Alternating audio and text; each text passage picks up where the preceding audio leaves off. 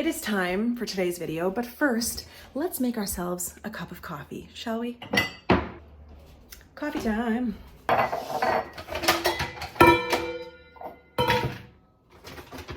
Today I'm trying out Nescafe Gold. It's pretty good. Can I tell you a funny story about this sugar bowl?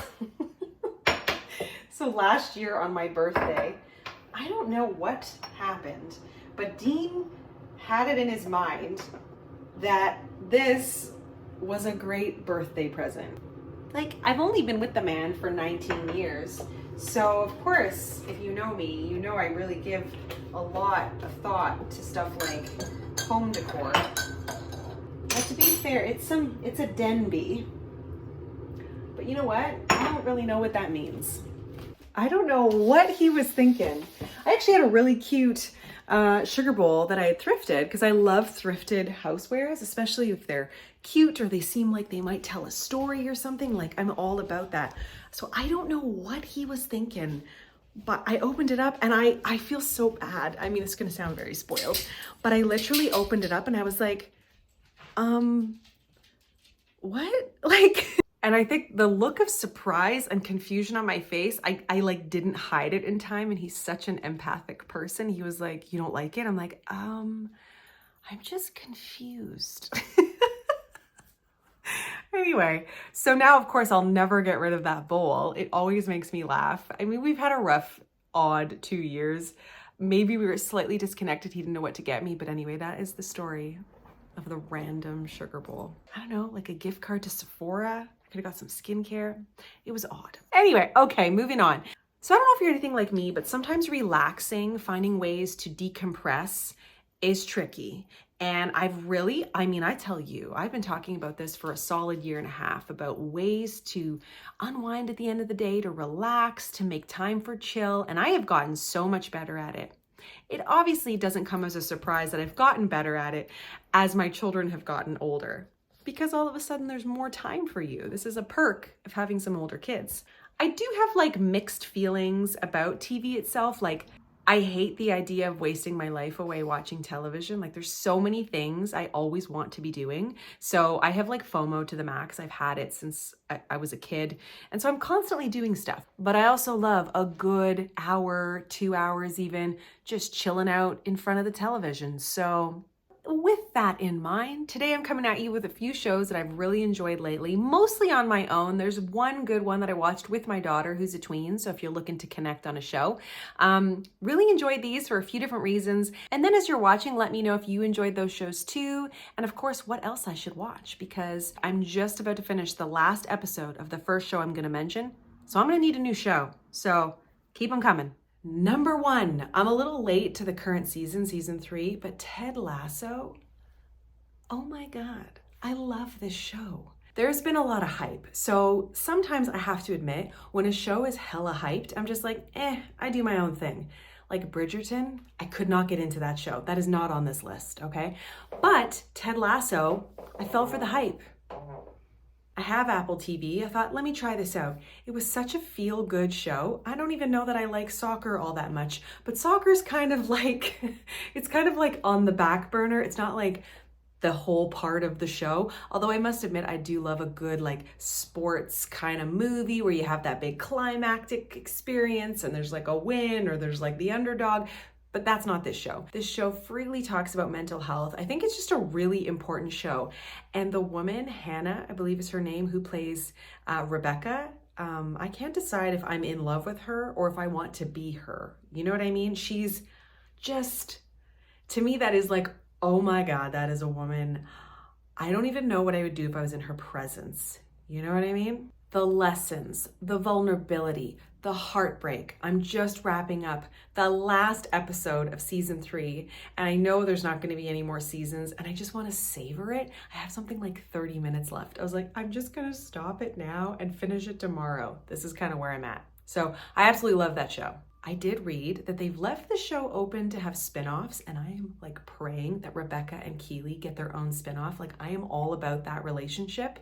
It's just so special. I love that show. Okay, and number 2. I promise this isn't going to be just an Apple TV promotion, because it's not.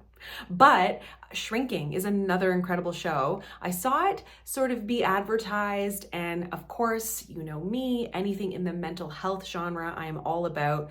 I used to love this show back in the day. What was it called? It was a therapist. It was basically just like him having, I believe it was on HBO, just having conversations with his clients. I think deep down, a part of me would love to be a therapist. And so I just love anything that has to do with that world. The cool thing with Shrinking is it then brings in life. And so it shows these therapists in real time. You have Harrison Ford, did I already mention that? Like, how is he still kicking it and like doing well and super fun in this series? But the woman in the show, okay, I gotta get names here. You have Krista Miller, Jason Segel, but my favorite, I have to get her name here, is Jessica Williams. She is a shining star, a delightful little unexpected piece of this show. Cracks me up every episode. Like, she's incredible. That show would not be the same without her. She needs to know that. Somebody send this video to her. But it's so good. I enjoyed every single episode. There were little twists, little turns. It just was so, in some ways, real. Like, you feel like it could have been your own life. And there is a hardship storyline going through there. Like, it starts off, and I'm not giving anything away here, but a character's wife dies and he's left to raise his teenage daughter. And that is a whole storyline. And it's so beautiful. Similar to Ted Lasso, it has that vulnerability, these feel-good moments. I do love a show that has something raw to it, like real life. Give me something real, so that I can feel. And that is that a song? Anyway, but it's another really great show. Number 3 is very lighthearted. I watched this with my daughter. Unexpectedly, thoroughly enjoyed it. Was Emily in Paris. I believe there's 2 seasons. There are actually 3 seasons for Emily in Paris. And Esme and I just started watching this, I think late winter, and we loved it. Obsessed. First of all, anything that I can do with my tween, I am so down for that. And so she was really into the show. And the show is like cotton candy dumb in the sense of what girl that age, without being funded by her parents, is going to be wearing clothes like that? But you kind of know it. And it's still fun. I don't know. I love that the settings, first of all, like anything that involves being in Europe. Yes, please. Very lighthearted. Like I said, really unrealistic, but it's kind of just like, I don't know, like eating cotton candy. I don't really like cotton candy, but once you eat it, you're like, that was fun. I enjoyed that little sparkly feeling. Maybe it's more like champagne. I would prefer to drink a glass of champagne than eat cotton candy. Although you could put the cotton candy in the champagne. I digress. It was very fun. Esme and I enjoyed it. We're really looking forward to the next season. And that one is on Netflix. So we have switched the platforms. I love a documentary. I am just that person. And honestly, it doesn't have to be always about true crime. Fun fact, actually, if you've watched any of my top 10 podcasts, I have a ton of true crime podcasts. However, I don't really enjoy true crime documentaries. I find sometimes they can be a little scary. They can include, to me, like unnecessarily, like not vulgar, but like, I don't need all of those visuals. I got enough of an imagination, I can figure it out. So rarely do I watch scary true crime documentaries. However, documentaries themselves, oh yes, give me anything cult related, people related, celebrity. I love pop culture. The one that I'm mentioning today is Pamela. If you haven't had a chance to watch it, I highly recommend. It really changed my outlook on her.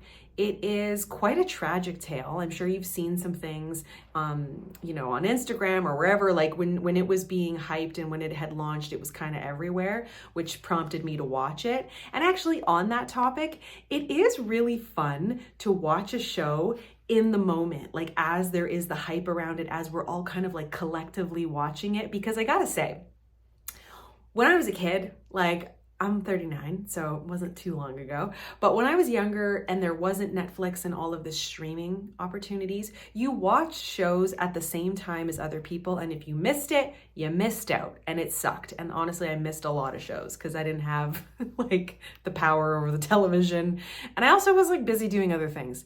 Anyway, it is really fun to watch something as it's being hyped because you're like sharing in on this social, it's it's not an experiment, but experience. You're sharing it on this experience with others. There's conversation going on online about it.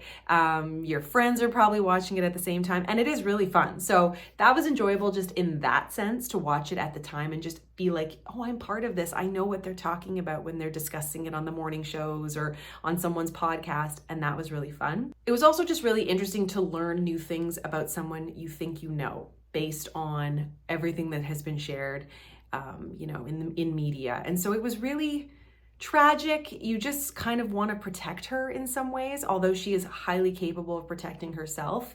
And it is a story with a triumphant end. Like, there is a comeback. And so it has a really feel good vibe. And also, she's just a beautiful person inside and out. So it was really lovely to watch. Add in the element where, like, her son is the one, if I'm not mistaken, who directed it, produced it. Anyway, he's heavily involved in it. This one is also on Netflix. This next one was surprising. So if you recall, a few months back, I was coming back from Mexico and I was stuck in an airport for like 3 days. Oh, the life of a pilot's wife when you're flying on a pass. Perks, but also that was a long time in an airport. But I was by myself, and so I watched a show, and I really enjoyed Thunder Bay, the documentary about the Canadian city. Like, whoa. I am without words. I had no idea how bad the situation is in Thunder Bay. Now, this one's on Crave. It's a documentary style, really well done. Like, none of that unnecessary kind of filler content. I didn't feel like anything was repeated, because don't you find sometimes that can happen in these crime style of docus? It's like, all right, I know you're trying to stretch it out.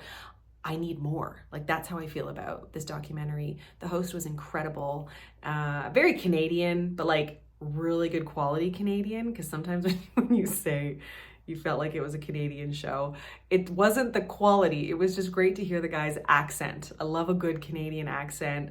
I hear it in myself. I'm sure you guys can hear it. But when I hang out with my husband's family out west, it's even more pronounced, and I love it. It was powerful. It was intense. The corruption is astounding. Like, you just kind of think, how is this happening in my country? Wild. So that one's on Crave. I hope they come out with more. And also, just a little fun fact, my mom, my stepdad, and my sister actually lived in Thunder Bay for a while. And after I watched this, I called my sister. This is the age that I am, that I use this symbol. I called my sister and I was like, how are you well? Like, how did you come out of that city unscathed? Because she was a teenager when she lived there.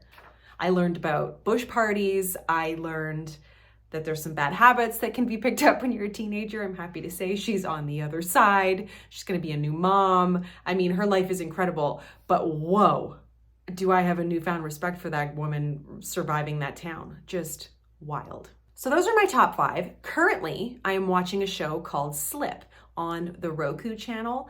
Now, I have no idea how you can watch this if you don't have a Roku television. I bought one for my gym, and so it's just something I can watch for free. I'm pretty sure there's a way to figure out how to access it. Maybe you can subscribe to the Roku channel and then watch the shows. But this show is so curious to me. I'm about 3 episodes in. They're shorter episodes, like under 30 minutes. Something that sparked my interest is that Dakota Johnson is a producer on this show. And so that was just interesting. Discovered this show randomly through Instagram. I was scrolling and a reel popped up, and this actress who plays the main character, May, on the show was speaking, and I thought she was really curious. And so I went to her page, and I was fallen down a rabbit hole, and I was like, wait, saw a trailer. Gotta love the internet. The show premise, you just gotta stick with me. It's really curious. So basically, she's a little bit miserable in her life, married, no kids, about my age, maybe a little younger, and just her life seems really monotonous. And then one day, she kind of like does a little thing she shouldn't do. She cheats on her spouse, and when she wakes up, it's like she slipped into a different dimension, and the guy that she did the little one night stand is now her husband, and she has like a whole life with this person, and everybody around her like knows who she is. And yeah, May, like, this is my wife and this and that, but she doesn't know how she got there. And then it unravels all throughout the day. And then that night she does a little accidente, sexy dancing with another person, with a woman this time. When she wakes up the next morning, that's her wife. They have a kid, they have a whole life. She slipped into another dimension. So it's really interesting. It's captivating my attention. The acting is really well done. The colors are just like right up my alley. Like, it is such an interesting, it's got indie vibes. Again, the vulnerability, that raw human feeling of like, I'm stuck in this life. I wish I could have another one. And then all of a sudden, she does. And how does she come out of this? And now she's trying to find her husband, and like, how does she get back to her first and her original life, you know? So it's really interesting, and it's sexy, and it's powerful, and it's fun. So that's on the Roku channel. That's what I'm watching right now. Like, I can't wait to go for a walk on my treadmill to watch another episode. This is how I'm feeling. I gotta say too, when it comes to books and storylines, huge fan of like time travel or this kind of weird dimension slipping or waking up in a different life. Like, I'm here for that storyline. I've got 3 honorable mentions, okay? We're gonna quickly whip through them. If you're looking for another documentary, I highly recommend The Vow. That's on Crave. There's actually a few really good documentaries on Crave. The Vow and the one about Teal Swan are really good documentaries. So if you're looking for like, I love anything cult related, so there's that. And then a fun one that I've been watching that I really enjoyed, it's very like satire, lots of swearing, super fun, is The Great, which is all about like Catherine the Great, but it's kind of like a mostly true story. It's super fun. It's super sweary. I just love it. It's like really well done. I believe that there's 2 seasons out on Amazon Prime, and then there's a 3rd one that was released this year, so I'm just waiting for it to like hit a streaming platform that I can watch. So super fun. Oh, and then of course another one, Daisy Jones and the Six. Did you guys like that one? I read the book. Oh no, I didn't read the book. I listened to the audiobook, which was exceptional. Potentially even better than the show. That audiobook like blew my mind. It was so well done. I drove to Ottawa, I drove back, I listened to it the whole way. It was amazing. I think perhaps because I love the book so much that this just felt like an added little delicious layer. I don't know obviously what watching the show would be like without having listened to the book. So going hand in hand, I thought it was beautiful. I thought it was very complimentary. I thought the acting was fun. I really enjoyed it. It kind of like hit all that checkbox for me. So those are my TV shows as of late. Tell me what you've been watching. Let me know in the comments. I will say I don't do scary. I don't do things that are too suspenseful, and nothing like too heavy, right? Like, it is truly an escape, a form of entertainment. I want to just like lighten the load by watching a little television, and this is what I've been enjoying lately. So thank you so much for sticking around. That's it. We're keeping it light with some TV you might like, because you know what? To be a good mom, to be a good human, you have to have balance in your life. And part of that balance is rest and relaxation. I am not always the best at this, but as I get older, as my kids need me less and less, it is entirely okay to take time for yourself and watch a show. Have a little snacky snack, watch a show. Why not? It's also a perfect time to fold laundry. Just throwing that out there. All right, you guys, thank you for being here. Subscribe if you're new, and I'll catch you in my next video. Bye.